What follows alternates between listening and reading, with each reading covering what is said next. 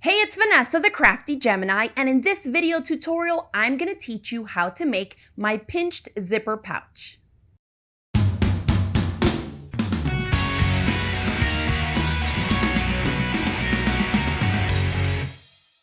First, we'll go over the supplies you'll need to make this project. It's super quick and easy, so minimal supplies. But if you need to find some of the fabric that I'll be using in this video tutorial, make sure to click open the description box because I've put the links right there for you. Let's get started.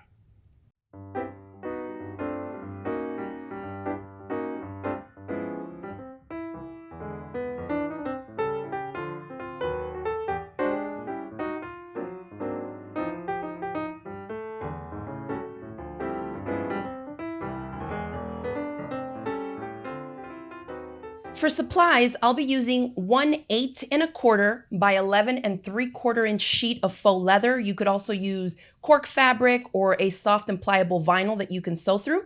The zipper, I recommend a number 3 craft zipper that's at least 12 inches. This one is 16, so 12 inches or longer will be great. For thread, I like to use a good quality polyester thread for my bags and pouches, but if you only have cotton, that'll work fine.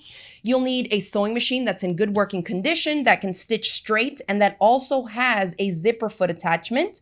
For the needle, I recommend a universal size 90-14 needle. You'll need some plastic clips to help hold the fabric layers together since we don't want to pin through faux leather, a pair of scissors, and then a lighter is optional but will help us get a cleaner finish.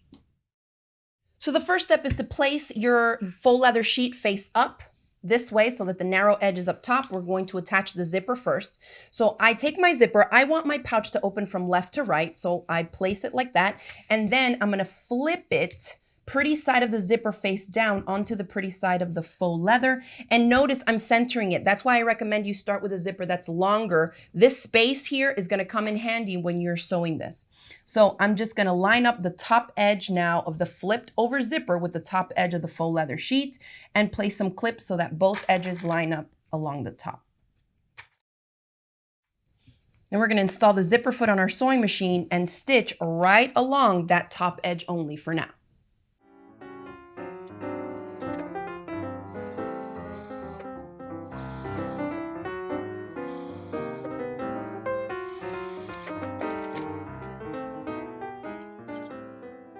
All right, after we stitch the first side of the zipper down, we're going to flip the zipper to now look at the teeth in the pretty side here. And I'm gonna push that seam allowance down towards the back side of the body of the pouch, which is this faux leather sheet here. And just finger crease it back because you definitely don't wanna hit these synthetic fabrics with an iron. All right, so as you can see, it doesn't wanna stay down, but don't worry, just start up at the top. We're gonna top stitch this down right along here, about 1/8 of an inch over from the top edge of the faux leather sheet here. And you're just gonna be holding it as you go because you might feel tempted to put some pins in through here, but because this is faux leather, you'll see the holes that you make with the pins. So try to avoid doing that. Now for the top stitching, I like to lengthen my stitch length to about a 3.5 or so. And I'm just making sure the seam allowance is underneath there and stitch down across.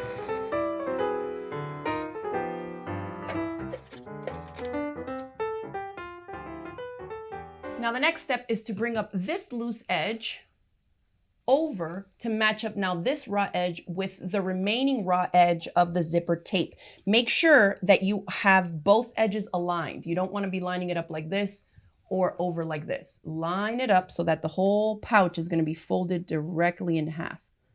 Like that. And once you have that and aligned here, go ahead and place the clips along the edge as well.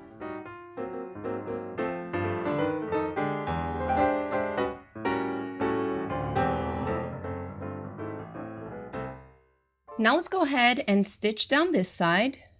Now, if you just came off of the last top stitch, remember that we lengthened our stitch length for the top stitching because this is now a construction seam where we want these two fabrics to be held together really, really well. You want to make sure to shorten your stitch length back down to about a 2 millimeter in length. If we have longer stitches, it's going to be a weakened seam, and I don't want that here.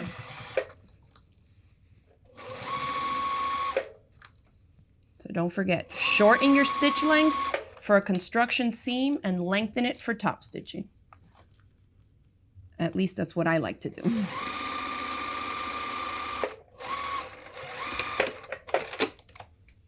Okay, so everything up to here is pretty easy. The trickiest part is going to be top stitching this part because the other edge has already been sewn in. So the next step is to open the zipper. We're going to turn it because this is the edge that we just sewed. And I want to press that seam allowance down again towards the wrong side of the faux leather. So like this, because I want to expose the pretty side of the faux leather so that I can top stitch on it just like I did on the opposite side. So I'm going to flip this. If the zipper is open, you'll see that you can now put some actual clips on this side to help you hold that down. And this is where having a longer zipper really helps because we have that space at the beginning and at the end. So I can push the zipper out of my way to get right to the top edge here to top stitch. So again, we're top stitching, so I'm going to lengthen that stitch length to about a 3.5 on my machine. Straighten everything out. And then I'm top stitching on the pretty side of the faux leather.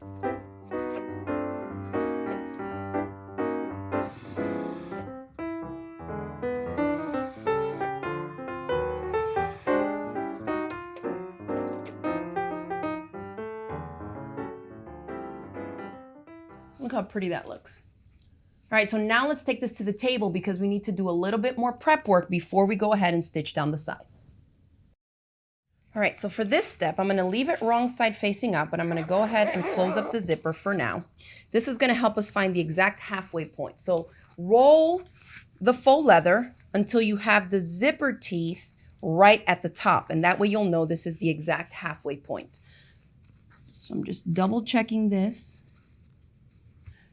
And you can put a couple clips just at the top to help hold that place. Okay, go ahead and finger crease this halfway mark. And now before we can stitch down the sides, we need to make that little pleat that allows us to kind of box the corners without actually boxing them. So like this. This allows you to have a flat bottom here without having to cut out squares or box corners and all that. So it's a real simple step. And then I just wanted to show you one of each so you can decide what the measurement is that you're going to use here. You can see one is bigger than the other. And what happens is that whatever I use as the distance away from the halfway point ends up being doubled. So here and here. All right. So this one was done at 1 inch. So you can see this measures 1 inch here and this side too. So we get this wide of a bottom, whereas if we do 1 1/4 inch, you get this. So you basically just have a wider portion here where it can sit flat and actually stand up on its own, okay? Because this one's empty. So this is how we do that. At the bottom point here, you're basically gonna take a little pleat. So if you hold it right here, and then with one hand, you push in that halfway point, like this, the distance that you want it to be. And I would recommend 3/4 of an inch to 1 inch to start. So you see how you end up with that? So basically from here to here is the same distance as from here to here, here to here, and here to here. So you want to eyeball it, or you can actually measure. But I have found that instead of marking on the faux leather, it's going to be easier and you have a better chance of getting it to be even if you do this first, find the halfway point, and you can even put a clip here to help you pinch it higher up, so you don't lose kind of your place. Pinch here, press in, and pinch it back onto itself. All right, you can eyeball it or you can measure. The point is you want it to be consistent on this side and on this side. So let's come over to the opposite side. I'm gonna place a clip higher up. Again, I'm gonna pinch here, poke it down to create that little pleat. And then I'm going to double check. Because we're eyeballing here, you see this? Just push it inside, and that will allow you to ensure that it's even on both sides. If you have a bubble here somewhere, that tells me that this is not even with this end. And I find that this is probably the easiest way versus making a mark for a measurement that is not accurate. And then you really do not want to rip out stitches when you're stitching into cork fabric or faux leather, because as the needle goes through creating the stitches, it makes the hole. So this is not like most cotton fabric where you'll just be able to rip out the stitches and redo it. So just try to do this instead. Another way to double check is to fold it here and then just have a look at both ends. They look pretty even, you should be okay. And that looks pretty good to me. So another thing I can do is place a clip here just to help hold that. And see, when I smooth everything out, it's nice and even, lies flat on both sides. And now we're ready to stitch down the sides. But there's one more thing to do before you do that, and that is to open up the zipper. So because we've already placed our clips down here, go ahead and remove the ones from the top, even one or two you can, and you'll want to open the zipper at least 1/2 to 3/4 of the way open. This is going to help us flip the pouch right side out a little bit easier than fighting with it if it's closed. So then I'm going to go right back to where this was and clip it back in place. So open your zipper, have everything clipped, double check your measurements, and now we're just gonna stitch 1/4 inch seam allowance from here all the way down, going right through all those layers. That's why you wanna have a 90-14 needle, and then we're gonna do the same thing on the opposite side. Make sure that your zipper pull is somewhere in between here, because if it is left on either end of your zipper tape, you're not gonna have a working zipper when the pouch is complete. Now you could leave your zipper foot on your machine, but I like to sew when I'm not sewing zippers with the regular foot. So I'm gonna put this one back on.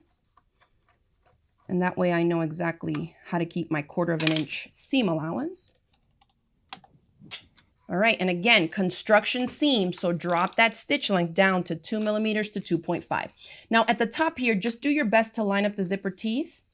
I like to start a little bit into the tape first, take a few back stitches, and then go off the edge into the zipper teeth, and then keep going back down.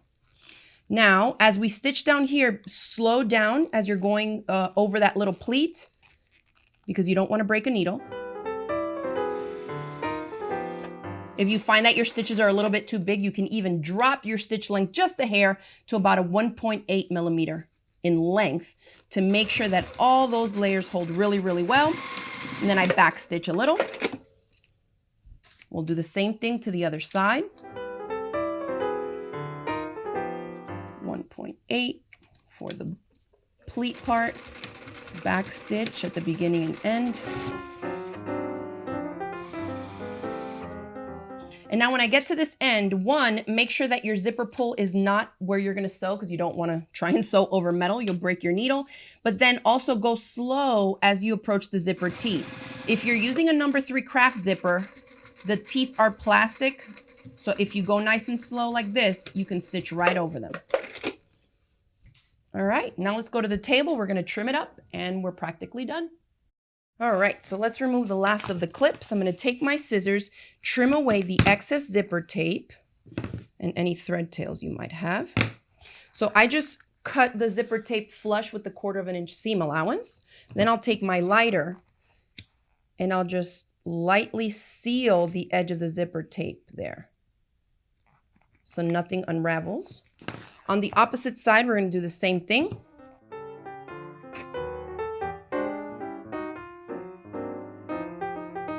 Trim any threads. And now let's flip it right side out and see what we got.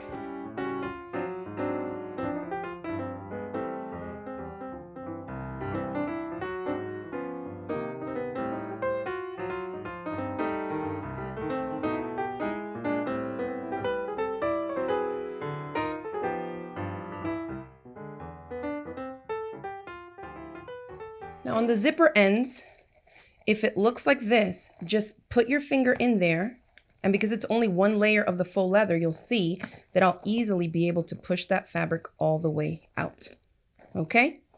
And if you're consistent with your top stitching, you should see that they should match up right along the sides there for a nice, neat finish. Then here, same thing. Let's trim these threads.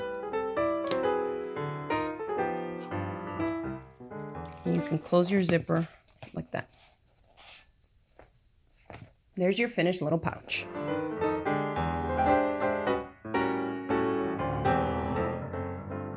All right, right, so there you have it. That's how quick and easy it is to make the pinched zippered pouch. Now, if you enjoyed this video tutorial and my teaching style, make sure to give this video a thumbs up, click the subscribe button and the bell icon so you don't miss out on any of my future videos. Thanks again for watching. Leave me a comment below and let me know what you thought of this project, and I will see you in the next video.